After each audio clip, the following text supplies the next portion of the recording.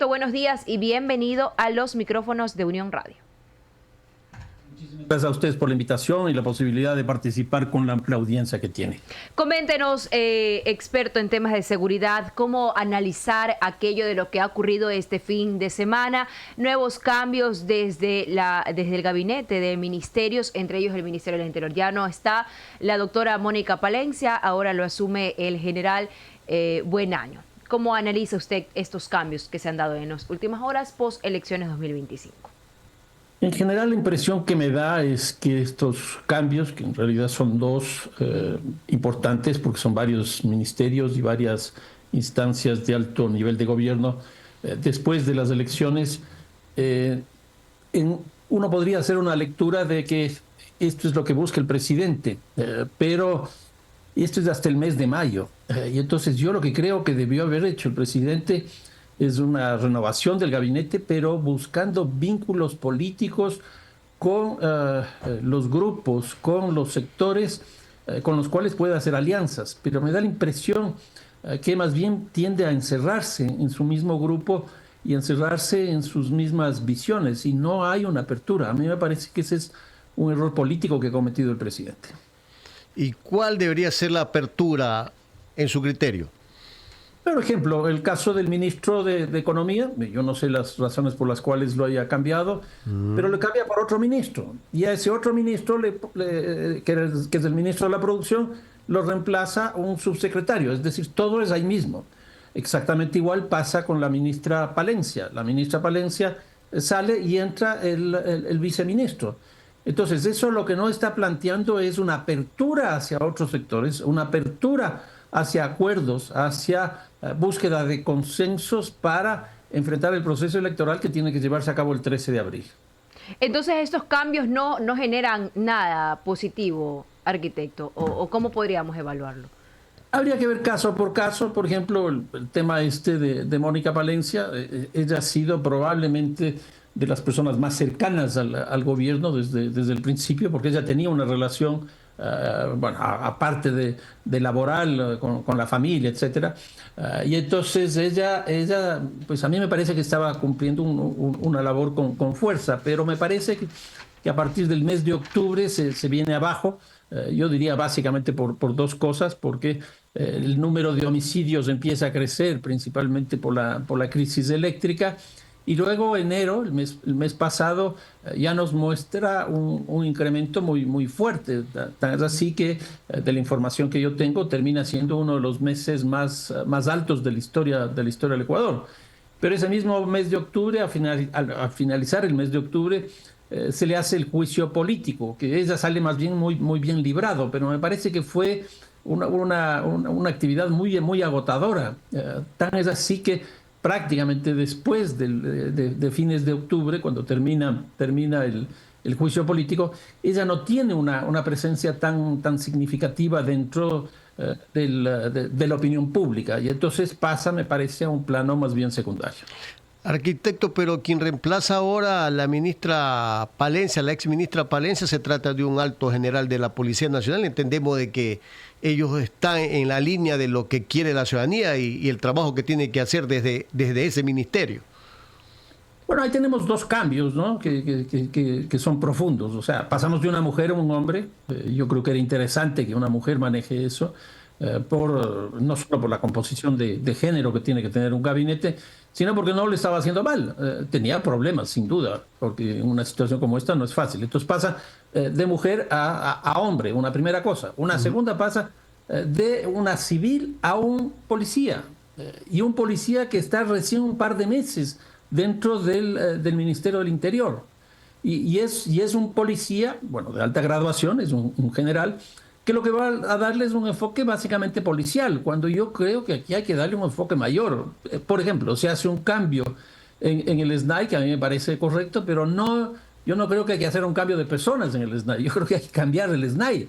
Y entonces, ojalá la persona esta que llega al SNAI llegue con un enfoque que le produzca los cambios que se requieren. Yo creo, por ejemplo, que en el SNAI ya no debería ser una institución autónoma, sino que debería depender del Ministerio del Interior.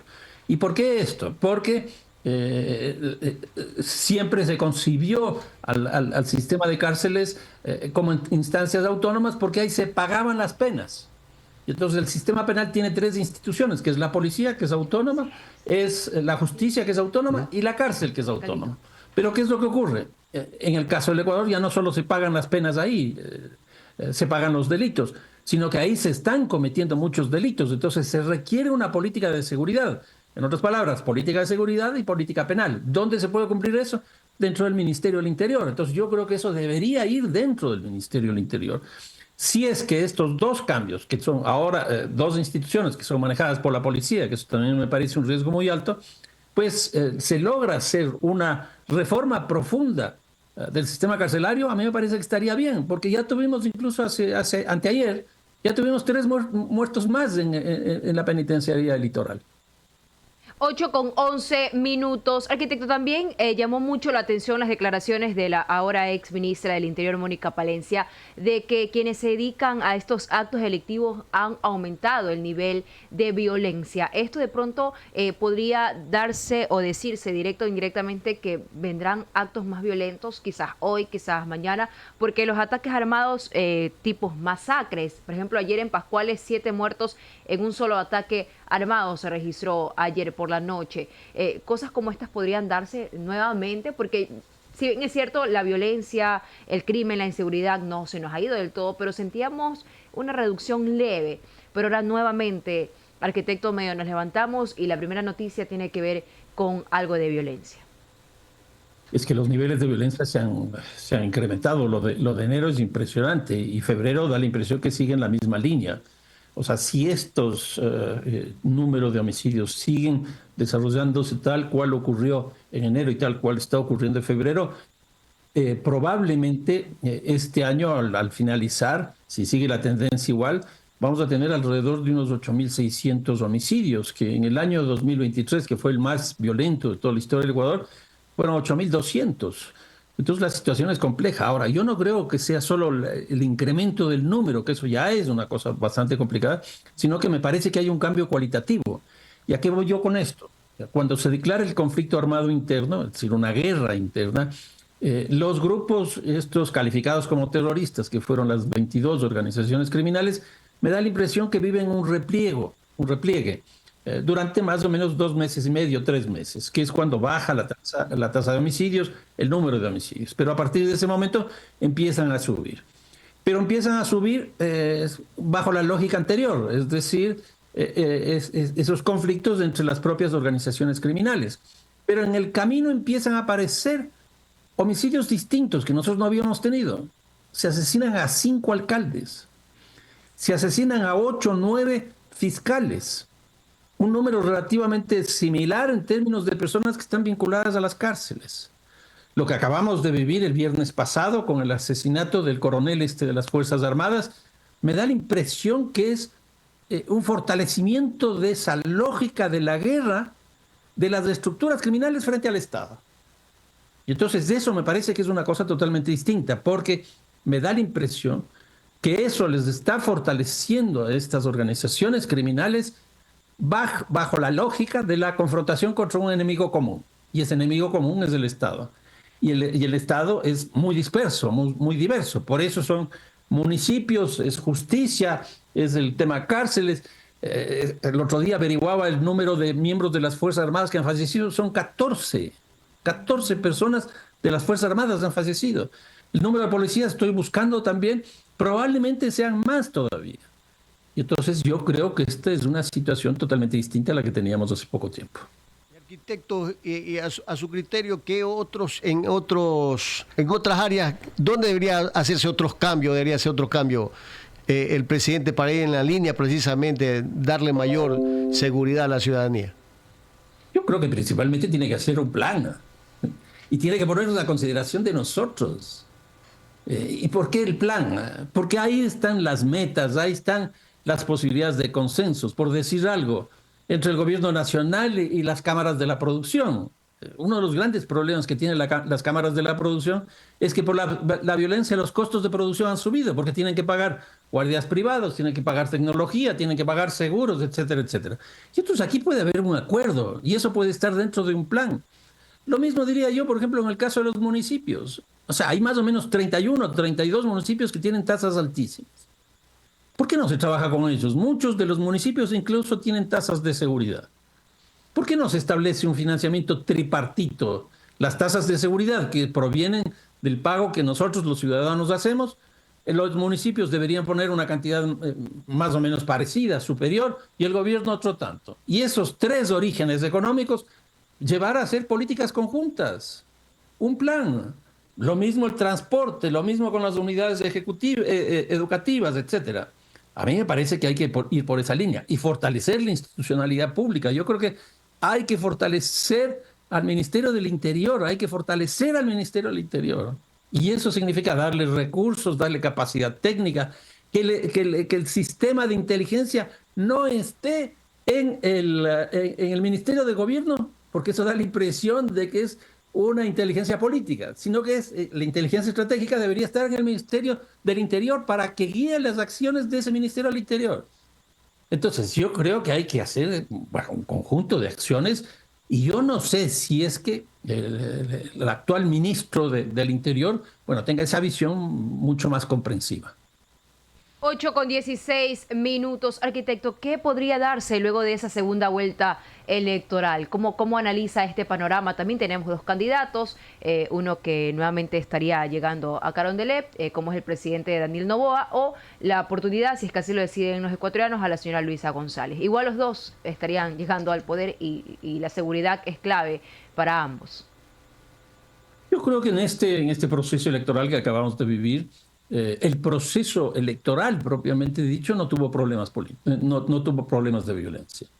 ¿Por qué? Porque se blindaron, se hicieron análisis de riesgo y se plantearon los apoyos de las Fuerzas Armadas como de la policía. Y me parece que el resultado fue bueno. Ahora, ¿cuál es el problema?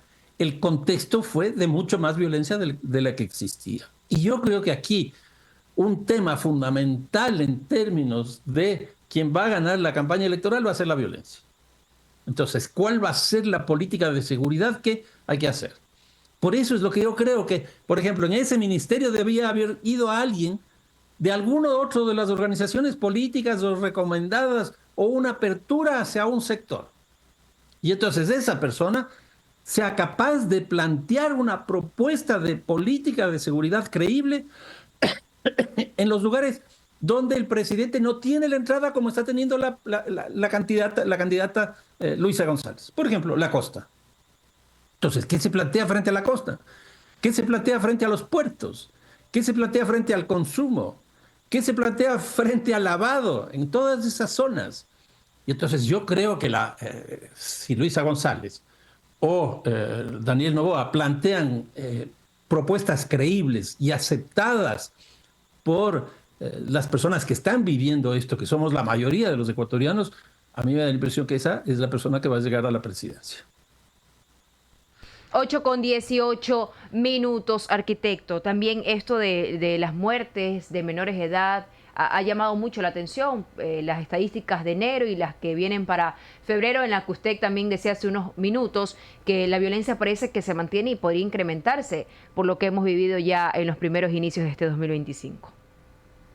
Se ha incrementado ya, clarísimo, clarísimo. Y esta es una tendencia que estamos viviendo desde el mes de marzo del año pasado, con un incremento adicional en octubre y ahora en enero uno más.